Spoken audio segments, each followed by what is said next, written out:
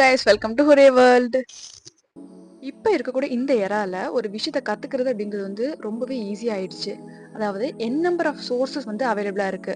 ஆனா நம்ம ஈஸியா கத்துக்க முடியுமான்னு கேட்டா முடியாது. ஏன்னா சோர்சஸ் அதிகமாக அதிகமாக கன்ஃபியூஷன்ஸ் வரும். எது பெட்டர் அப்படின்னு சொல்லிட்டு.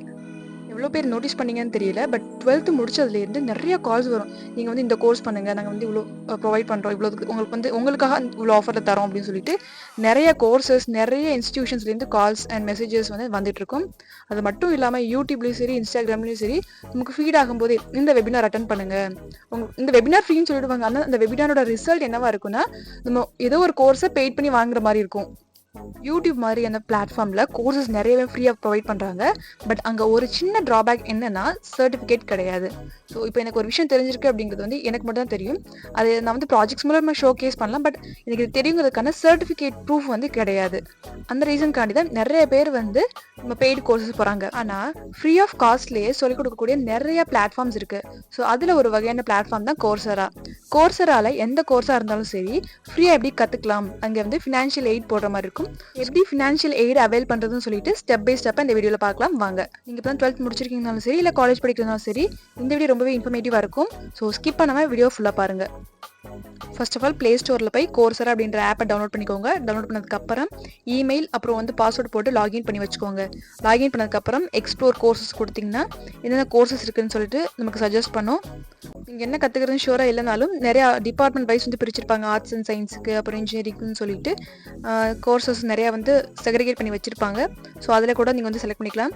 இல்லை சர்ச் பார் இருக்கும், அதில் போய்ட்டு உங்களுக்கு என்ன கோர்ஸ் வேணும்னு நீங்கள் டைப் பண்ணலாம். டைப் பண்ணப்போ நிறையா கோர்சஸ் இருக்கும். அதில் உங்களுக்கு எது வேணும் அப்படிங்கிறத வந்து நீங்கள் கிளிக் பண்ணணும். கிளிக் பண்ணி கீழே பார்த்தீங்கன்னா என்னென்ன மாடல்ஸ் இருக்குது, எவ்வளோ நல்லா முடிக்கலாம் அப்படின்னு சொல்லிட்டு அதை பற்றின இன்ஃபர்மேஷன்ஸ் கொடுத்துருப்பாங்க. அண்ட் இந்த சர்டிஃபிகேட் யாருக்கு வந்து ப்ரொவைட் பண்ணுறா அப்படின்னு சொல்லிட்டு அதை பற்றின டீட்டெயில்ஸும் கொடுத்துருப்பாங்க. அப்புறம் இந்த ப்ரோக்ராமோட மென்டர் யார், அவங்கள பற்றின டீட்டெயில்ஸ் கொடுத்துருப்பாங்க. அண்ட் இதெல்லாம் நீங்கள் வந்து ஒரு தடவை கோத்ரூ பண்ணுங்கள். கோத்ரூ பண்ணிவிட்டு கீழே பார்த்தீங்கன்னா உங்களுக்கு ஃபினான்ஷியல் எய்ட் அப்படின்ற ஒரு ஆப்ஷன் காமிக்கும். ஸோ நீங்கள் வந்து அதை போய் கிளிக் பண்ணணும், ஃபினான்ஷியல் எய்ட் அப்படிங்கிற ஆப்ஷனை. அப்புறம் ஒரு மெசேஜ் பாப்பாகும். அதில் என்ன சொல்லியிருப்பாங்கன்னா, இந்த கோர்ஸ் வந்து 15 டேஸ்க்கு அப்புறம் தான் நீங்கள் வந்து அவைல் பண்ணுற மாதிரி இருக்கும் அப்படின்னு சொல்லிட்டு. ஸோ அதுக்கும் ஓகே சொல்லிட்டு நீங்கள் ஃபினான்ஷியல் எய்டை வந்து சூஸ் பண்ணுங்கள். அந்த ஆப்ஷனில் வந்து பேசிக் டீட்டெயில்ஸ்லாம் வாங்கும். ஸோ நீங்கள் என்ன படிச்சுட்டு இருக்கீங்க, உங்களோட ஃபேமிலி இன்கம் என்ன. நீங்கள் வந்து ஃபேமிலி இன்கம் போடக்கூடாது, சாரி, உங்களோட இன்கம் போடணும். ஆக்சுவலாக ஸ்டூடெண்ட்டாக இருந்தால் 0 இருக்கும். ஸோ 0 இன்கம்னு போட்டுக்கோங்க யூஸ்வலாகவே. அதுக்கப்புறம் கீழே வந்து எதுக்காக நீங்கள் வந்து ஃபினான்ஷியல் எய்ட் அப்ளை பண்ணுறீங்கன்னு சொல்லிட்டு அதுக்கான ரீசன்ஸ் கேட்டிருக்கும். அது கரெக்டாக 150 வேர்ட்ஸ் இருக்கணும். ஸோ அது கம்மியாக இருக்காமல் பார்த்துக்கோங்க. அது முடிச்சதுக்கப்புறம் கிளிக் பண்ணதுக்கப்புறம் அடுத்த ஒரு ஸ்டெப் இருக்கும். ஸோ நீங்கள் வந்து எவ்வளோ அமௌண்ட் வந்து பே பண்ண வில்லிங்காக இருக்கீங்கன்னு சொல்லிட்டு முடிஞ்ச அளவுக்கு 0 வச்சுருங்க. அதை வச்சு இந்த கோர்ஸ் நீங்கள் பண்ணுறது மூலமாக உங்களோட கோலுக்கு எவ்வளோ ஹெல்ப்ஃபுல்லாக இருக்கும் அப்படின்னு சொல்லிட்டு ஒரு ரீசன் கேட்டிருப்பாங்க. இதுவும் 150 வேர்ட்ஸ் இருக்கணும். ஸோ அதை பண்ணிவிடுங்க. பண்ணதுக்கப்புறம் டேர்ம்ஸ் அண்ட் கண்டிஷன்ஸ்லாம் டிக் பண்ணிடுங்க. டிக் பண்ணிவிட்டு அந்த பாக்ஸில் வந்து மேலே இருக்குது பாருங்கள், அந்த சென்டென்ஸ் அப்படியே எழுதிடணும். I agree to the terms above அப்படின்னு சொல்லிட்டு நீங்கள் அந்த லைன் அப்படியே வந்து எழுதிடுங்க. எழுதுனதுக்கப்புறம் I am not a robot கொடுத்தீங்கன்னா சும்மா ஒரு பேசிக் பேட்டர்ன் அனலைஸ் பண்ணுற மாதிரி இருக்கும். அதை முடிச்சதுக்கப்புறம் வந்து ஃபைனலாக அப்ளை கொடுத்துருங்க. கொடுத்ததுக்கப்புறம் வந்து ஒரு கன்ஃபர்மேஷன் பேஜ் ஓப்பன் ஆகும்.